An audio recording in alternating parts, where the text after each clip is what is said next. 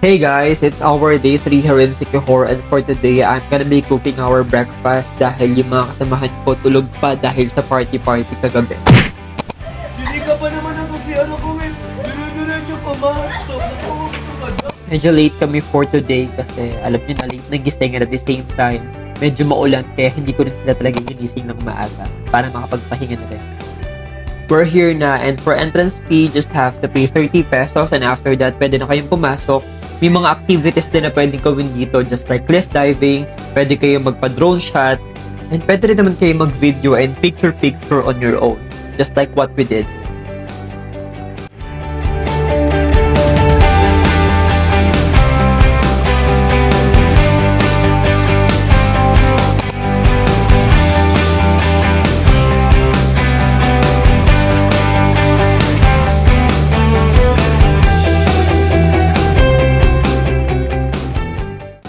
For our second destination, we are now here at Lagnasan Falls, and of course, there's an entrance fee for 20 pesos each, and yung tour guide naman, donation lang siya just like the other tourist spots here. So ayan, naglalakad na kami pababa. Medyo mahirap lang yung daan kasi nga basa at putik dahil magdamag umulan kagabi, and hindi rin kami pwedeng maligo kasi sobrang lakas ng current ng tubig, and at the same time malabo siya because of the rain.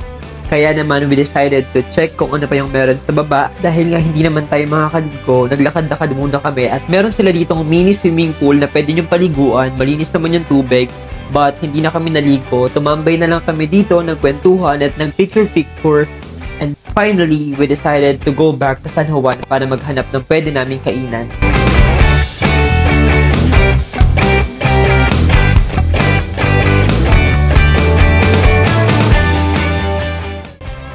Sobrang nag-enjoy ako sa lunch namin guys, kaya naman nire-recommend ko to sa inyo na itry kung pupunta kayo dito sa Sikihor. Sobrang sarap ng pagkain, at the same time very affordable lang.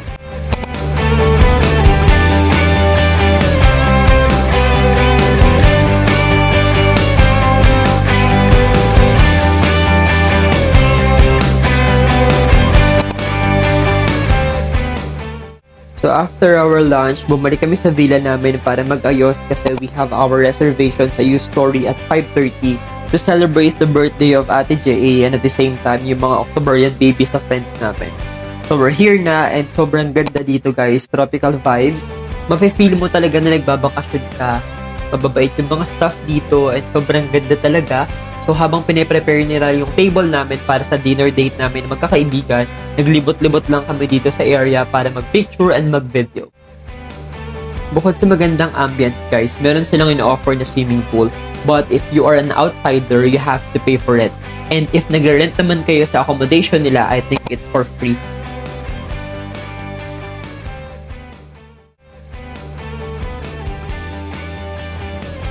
Happy birthday!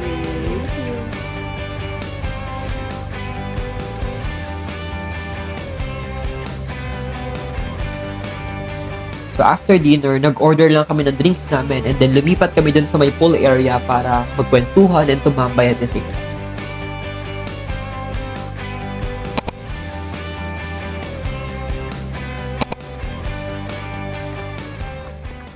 Gumaganda ang paligid kung bawat tao ay puno ng pag-ibig, napapawi ang bigati.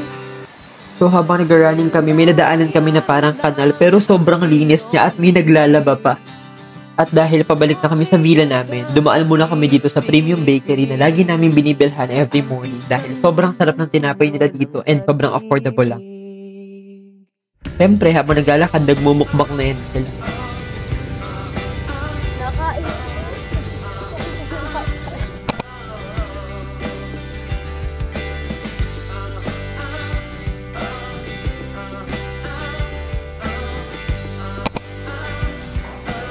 Parang isang iyak na ay ganda na ilang.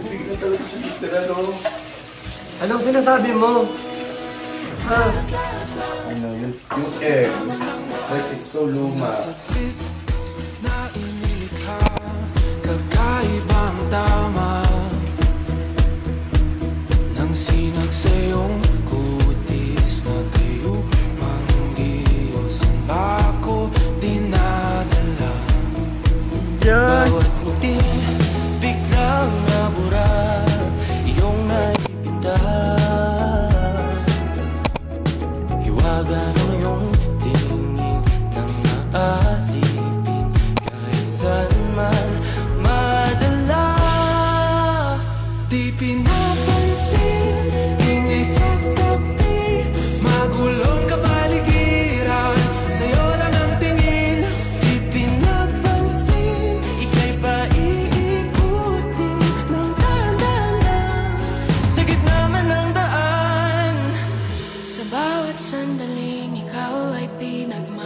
style.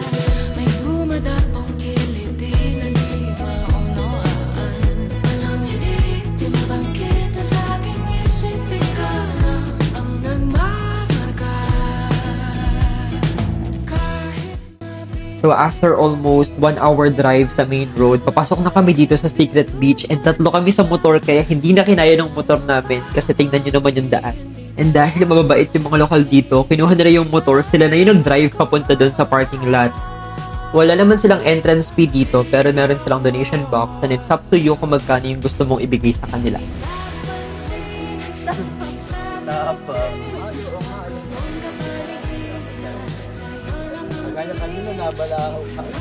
Kaya guys, kapag sinabi ng lokal na bawal ipasok yung motor, makinig kayo sa kanila para hindi na rin kayo ma-aksidente katulad nung nangyayari sa iba. Going to Secret Beach, kailangan nyo ulit bumaba ng hagdan and ingat lang dito guys kasi yung baitang ng hagdan nila medyo malalaki yung pagitan kaya medyo hassle bumaba and of course hassle din pumanik. Pero worth it naman kasi kung ganito yung madadatnan mo sa baba, talagang mapapasabi ka na lang na wag muna tayong umuwi. So, Secret Beach is one of the famous destinations here in Siquijor kung saan pwede kayong mag-snorkeling, pwede kayong magpa-drone shot, but mind you guys, kung gusto niyo magpa-drone shot, you have to be here early in the morning. Kasi kung hindi, mahaba na yung pila and you have to spend your whole day para lang magpa-drone shot. At dahil ayaw naman namin maubos yung oras namin kakapila dun sa drone shot, hindi na kami nagpa-drone shot. In-enjoy na lang namin yung ganda ng Secret Beach, nag-picture, nag-video, and tumambay.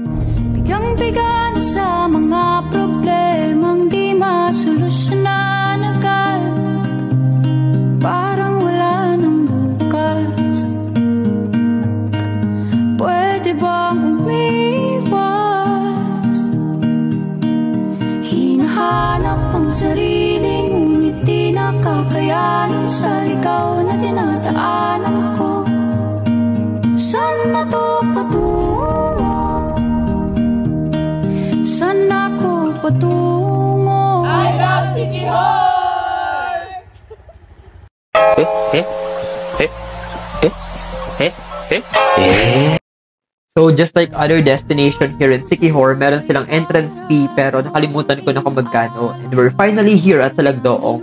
Isa to sa pinakamagandang beach na napuntahan ko dito sa Siquijor. So pagpasok niya sa loob, meron silang mga cottages dito for free. You don't have to pay anything. So may nakita kaming isang magandang cottage sa taas and wala pang tao. So we decided to go there and put our things para naman makapag-enjoy na kami. May mga activities na pwede kayong gawin dito. Pwede kayong mag-cliff diving, mag-snorkeling, and magbatuhan kayo dito. Pwede naman.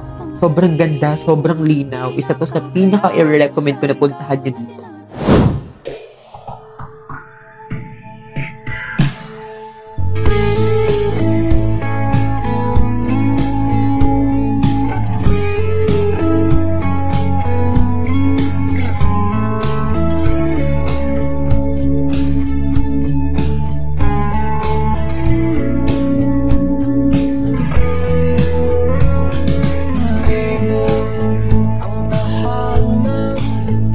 Pag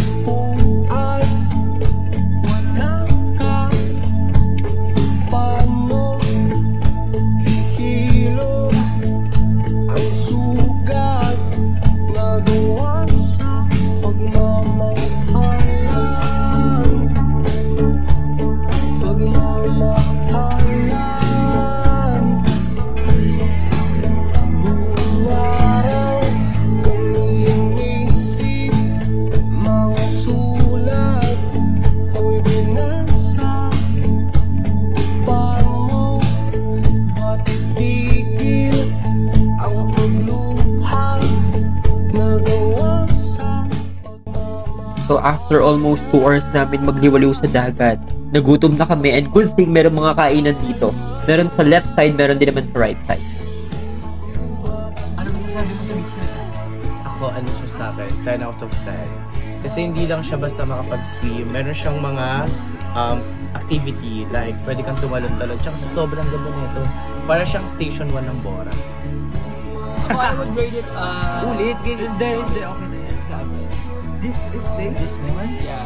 Look at the, the rock formation. Ginawa nila ng ano. I'm more into kasi, Sandy Beach. Like, Rocky Beach. 9 out of 10 kasi yung mga bato dun sa gilid, yung kayong doon. Pero, the rest okay siya sa akin. Sabi na Sa akin, 8 na lang. Yo! Bakit na bago? Bawasan. Kasi yun nga, same din sa kanila. Okay naman yung beach. Kaso, medyo mabato. I suggest, magdala kayo ng aqua shoes para ma-enjoy nyo yung pag Si Kakofo? 9 out of 10, guys. 9 out of 10. Mabato lang talaga siya, yun yung problema. Pero when it comes to activity, panalo kayo. Ikaw, Mami D. Ako, din siya, 9 out of 10. Kasi nga, maganda yung lugar, yung beach, yung sand. Kaso, yun nga, mabato siya kung nagsiswim. Yun lang.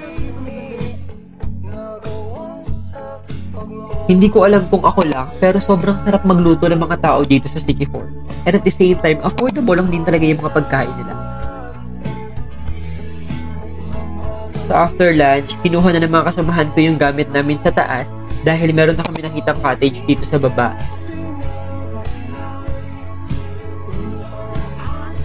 So pagkatapos namin mag-swimming ng ilang oras, pumunta na kami dito sa Lilibet Pan de Bisaya, which is a local bakery here in Siquijor. Isa to sa nilook forward ko na mapuntahan namin kasi ang dami ko nakikitang video about this bakery.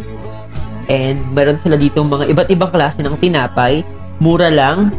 And also, meron din sila dito ng mga kape. Pwede kayo magpatimpla dito. And pwede kayong tumambay sa likod nila. Tingnan nyo naman kasi guys kung ganong kaganda yung pwede nyong tambayan. So, pasok lang kayo dito.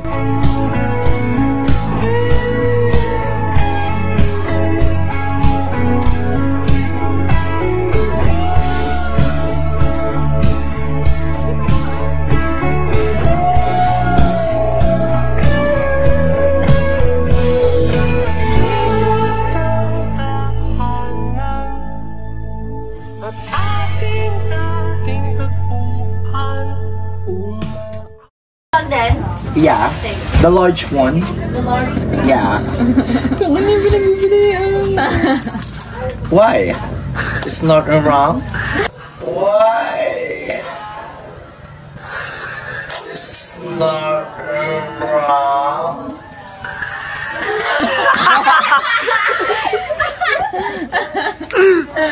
How much is that?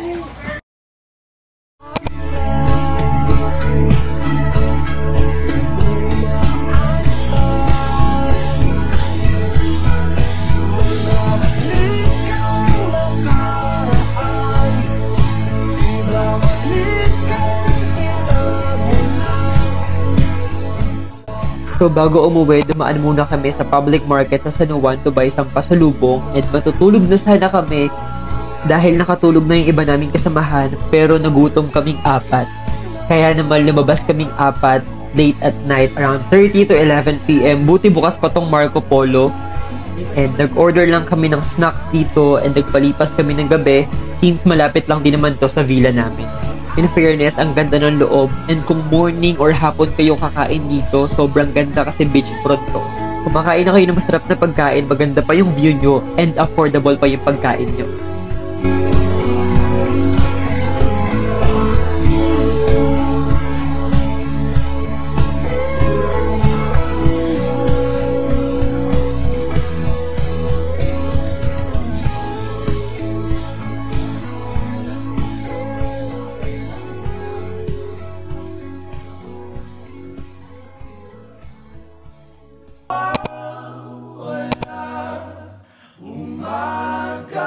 Sobrang na-amaze talaga ako sa linis ng kanal nila dito kapag nadadaanan namin to sa morning. Hindi ko alam, hindi ako sure kung kanal ba to.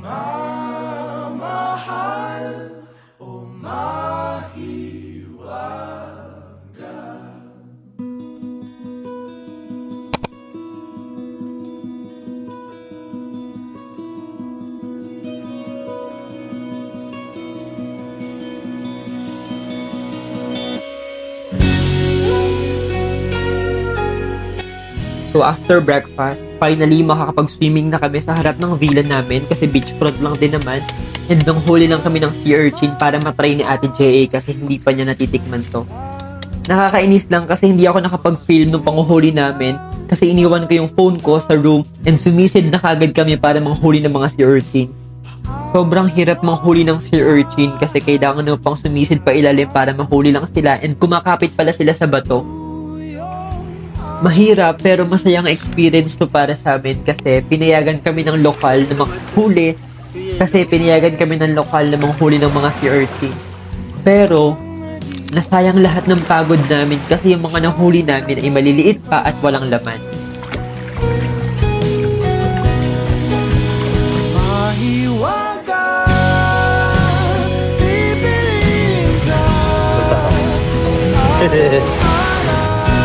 Sumakin na lang tayo mag-uwi.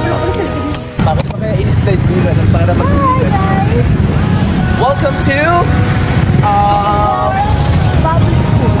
Bukwas, San Juan. This is the public pool here in Sikihor. It's free. No? Oh my God. Please. Yashu! Yashu ang puto!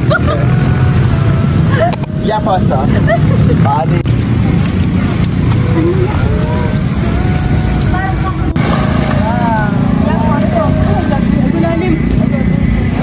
Lalim swap. Lalim hanggang paapaalang ako dito lang. Ang lamig ito. Ang sarap, ang lamig. Uwah! Uwah! Uwah na parang ano. Mga saglit na inilikha, kakaibang tama nang sinag sa iyong kutis na kayo manggiyosan ba ako dinadala. Ano nga naka-video? Bala!